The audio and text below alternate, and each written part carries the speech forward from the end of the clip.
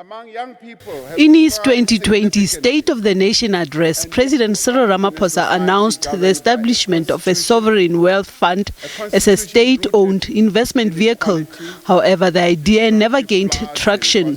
The 2024 State of the Nation address suggests that government may have adopted a new approach by establishing sector-specific funds. The Climate Change Response Fund, announced by Ramaphosa, is expected to address the effects of global warming, persistent floods, fires and droughts. But environmentalists say if the country is serious about fighting climate change, it should not be investing in new oil and gas investments. In as much as there's also this climate response fund that he did mention that is there to actually help communities that would be affected by climate change.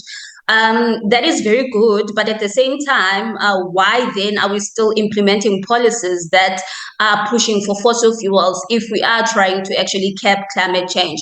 So that is where the concern is, and we do think that is some sort of a contradiction, because if we are trying to fight effects of climate change, we should not be investing in new oil and gas investments. Government says there's been a huge interest from the private sector in the production of green hydrogen, and it's hoped that this will create thousands of jobs.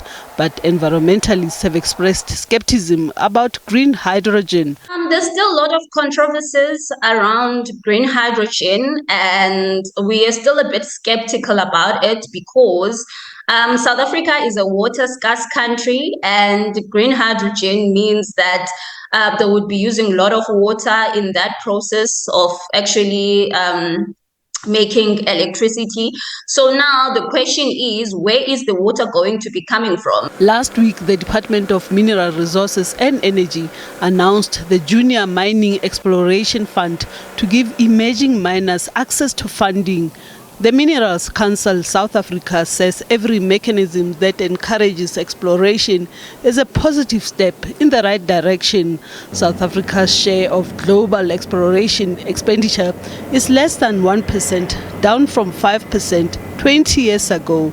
The Minerals Council South Africa welcomes the launch of the Junior Mining Exploration Fund by the DMRE and IDC as a positive development for the country. South African exploration currently attracts less than 1% of global exploration expenditure, which is down from more than 5% 2 decades ago. Every mechanism that encourages exploration is a positive step in the right direction. The investment fund was established to fast-track investment in big infrastructure projects. The ultimate goal is to improve the country's roads, water provision and railway networks. Naledi Matlapeng, SABC News, Johannesburg.